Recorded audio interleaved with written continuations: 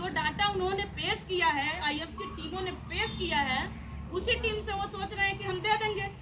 वो अलग बात है कि नहीं दिए। जब नहीं दिए तो 2 महीना लग गया मेरा बेल होने में। मैं हाई कोर्ट से मेरा बेल हुआ और 2 महीने के बाद जब मेरा बेल हुआ, जब सारे साथी हमारे जेल से बाहर आ गए, तब हम लोगों ने कहा कि दिसंबर भी बीत गया और इन्होंने जमीन कहीं से भी किसी को देना शुरू नहीं किए। हम लोगों ने कहा वादा खिलाफी के विरोध में हम लोग जन आक्रोश करेंगे। तो हम 29 जनवरी को भी जो बीता है, हम आक्रोश मार्च करने का ऐलान कर दिए और लोगों को हम इंफॉर्मेशन देने लगे, गांव-गांव लोगों को इकट्ठा करने लगे। उससे पहले सरकार इतनी डरी हुई है, गोरखपुर में और प्रशासन सरकार इतनी डरी हुई है कि 29 जनवरी को हमारा आक्रोश मार्च था। चौरी चौरा से लेके हम गोरखपुर तक, गोरखपुर कचहरी तक हम मार्च करने का हम लोगों ने ऐलान किया था कि भाई एक तरह से हम जेल भरो आंदोलन करेंगे। इतना सरकार डरा हुआ है कि 2 दिन पहले 29 जनवरी से पहले 27 जनवरी को 12 बजे रात, लगभग 12 बजे रात को श्रवण कुमार निराला जी को अपहरण कर लेते हैं पुलिस वालों ने। अपहरण इसलिए कह रही हूँ कि जब कोई किसी को पुलिस गिरफ्तार करती है, आप लोग भी ये समझ लीजिए कि कभी भी पुलिस गिरफ्तार किसी को भी करती है, ये पुलिस की ड्यूटी है कि किस जुर्म में, मतलब किस अपराध में आपके व्यक्ति को वो गिरफ्तार कर रही है। ये इन्फॉर्मेशन उसके घर वालों को बताएगी कि हम आपके परिवार को, चाहे आपके व्यक्ति को हम गिरफ्तार कर रहे हैं, इस जुर्म में हम लेके जा रहे हैं थाने में, ये बताना उसका ड्यूटी है। लेकिन श्रवण कुमार निराला जी को उठाया गया तो पुलिस ने नहीं बताया कि वो कहाँ, किस थाने में लेकर गए। किसी भी तरह से उनको 1 मिनट या 1 सेकंड का जैसे कहिए कि उनको समय मिला, उन्होंने एक मैसेज डाला, एक ग्रुप में मैसेज डाला कि मैं इस थाने में हूँ और मुझे पुलिस ने गिरफ्तार कर लिया। जब हम लोग उस थाने पे गए गोरखपुर के, तो थानेदार सीधे मना कर दिया कि नहीं, हमारे वहाँ श्रवण कुमार निराला जी नहीं है। 24 घंटे तक पुलिस ने ये नहीं बताया कि श्रवण कुमार निराला जी को कहाँ रखा है, किस जगह रखा है। जब फिर हम लोग धरना प्रदर्शन की पूरी, जब उनको लगा कि गोरखपुर में बड़ी तबाही होगी, तब उन लोगों ने 28 तारीख को गिरफ्तारी दिखाया 3-4 बजे कि हम गिरफ्तार कर लिए। 28 तारीख को गिरफ्तार किया।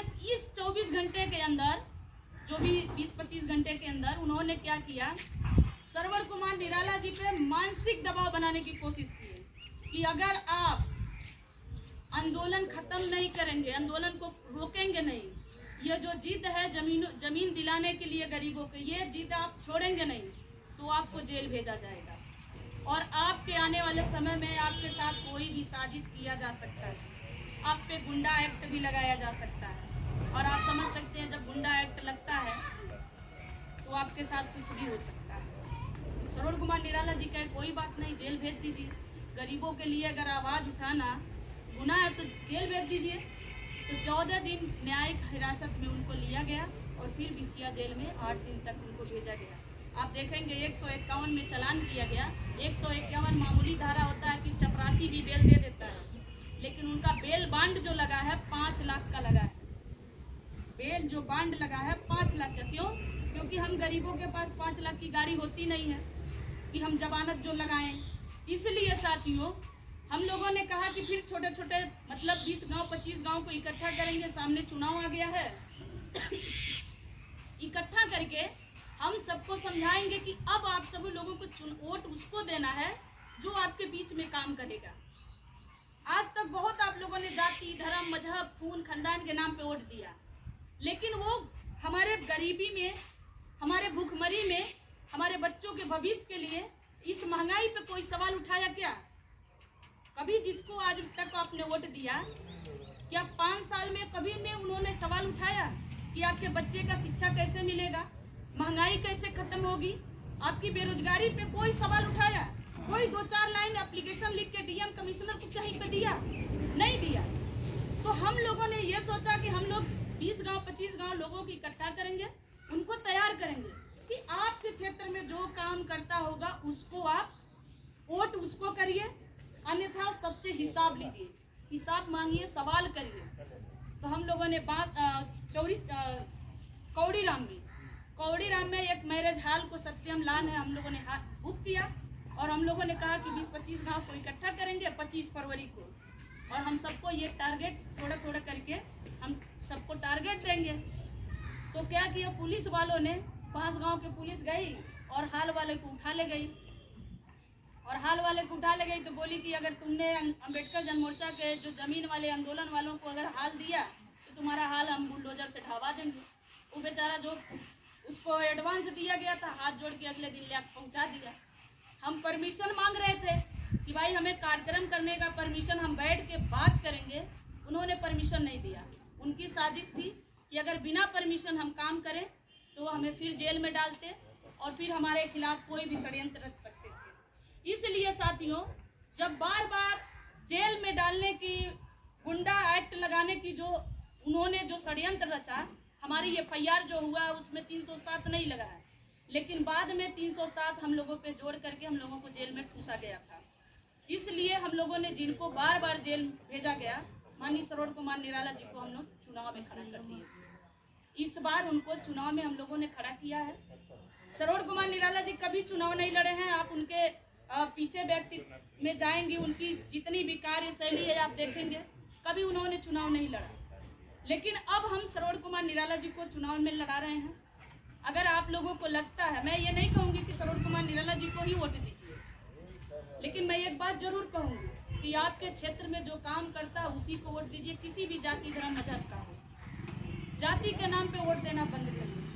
कोई भी चुनाव, इससे बाद में भी बहुत सारे चुनाव आएंगे और जो लोग आ रहे हैं उनसे सवाल भी पूछिए कि वोटवा तो हम तुमको दे दिए, लेकिन हमारे लिए किए क्या, हमारे बच्चों के लिए किए क्या? क्या चुनाव में ही तुम हमारे जाति धर्म मजहब को हो? इससे पहले हमारी जाति धर्म नहीं हो?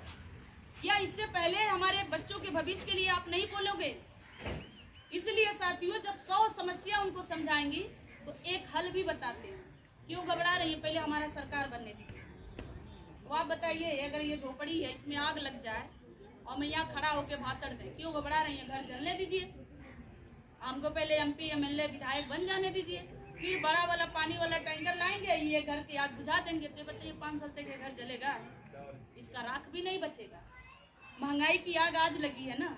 अगर मान लीजिए बुखार आज हमें हो जाए, हम कहें कि 5-10 रुपया लगेगा, 2 टैबलेट हमको पैरासीटामॉल दे दीजिए, तो आप खड़ा हो गए कहिए क्यों घबरा रही है सीमा जी? अरे पहले हमें सरकार बनने दीजिए, पहले हमें MP बनाइए, MLA बनाइए, विधायक बनाइए, हमें मंत्री बना दीजिए, फिर हम आपको एयर एम्बुलेंस में बैठा के दिल्ली एम्स में भर्ती कराएंगे।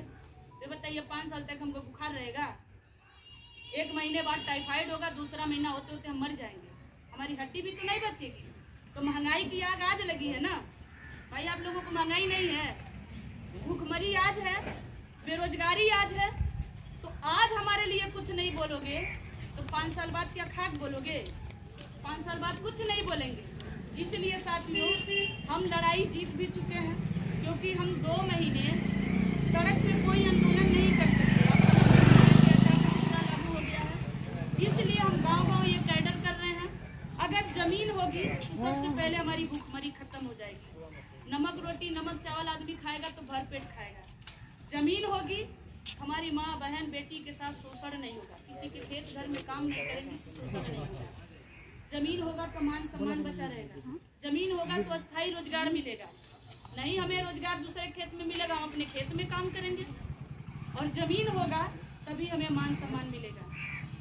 ये जितने लोग आज के बाद चुनाव में वोट मांगने आएंगे, अगर ये चाहे होते तो हम सुबह 10 बजे से रात के 12 बजे तक लड़े, तो ये लोग खड़े हो गए होते तो शायद हमें जेल में जाना नहीं पड़ता। मैं भी तो आपकी बहन बेटी हूँ, हमने चोरी हत्या थोड़ी किया था। मैं भी तो आपकी बेटी हूँ, लेकिन इन लोगों ने नहीं खड़ा हुआ। क्यों? क्योंकि अगर आपको जमीन मिल जाए तो आप दूसरे खेत में काम करने जाएंगी। कहीं की कोई भैया जी चाहे बहन जी कोई भी आ जाए तो कौन जाता रहे? उनको मान लीजिए अगर यहाँ अखिलेश जी कहीं आसपास आ जाएं या बहन जी आ जाएं, कोई बड़ा नेता मतलब आ जाए, तो कौन लोग जाएंगे देखने? कोनो डॉक्टर जाइए, कोनो वकील जाएंगे, कोई मास्टर जाएंगे, कोई इंजीनियर जाएगा?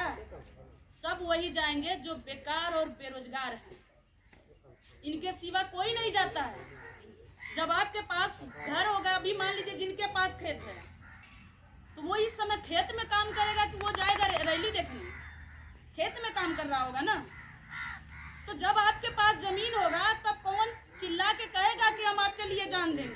तो जान देने वाला भी तो बेरोजगार ही लोग कहते हैं ना। आप बताइए, एक नेता को बताइए जो कहता है हम जनता के लिए जान देंगे। कोई कहता है? कोई नहीं कहता है। इसलिए साथियों आग्रह है, ये फॉर्म निःशुल्क है। जिसके पास 1 एकड़ से कम जमीन है वो लोग फॉर्म भरिए। आपको लगता है कि श्रवण कुमार निराला जी समाज के लिए लड़ रहे हैं, बार बार जेल 2 बार जेल जा चुके हैं, ना MP रहे, ना MLA रहे, ना विधायक रहे, कुछ नहीं रहे, फिर भी समाज के लिए लड़ रहे हैं। लगता है तो श्रवण कुमार निराला जी को खुद भी वोट दीजिए, अपने लोगों से भी दिलवाइए। हम चुनाव 10 दिन पहले बता देंगे। आप लोगों ने समय दिया, सुना, उसके लिए बहुत बहुत धन्यवाद। जय भीम, नमो बुद्धाय।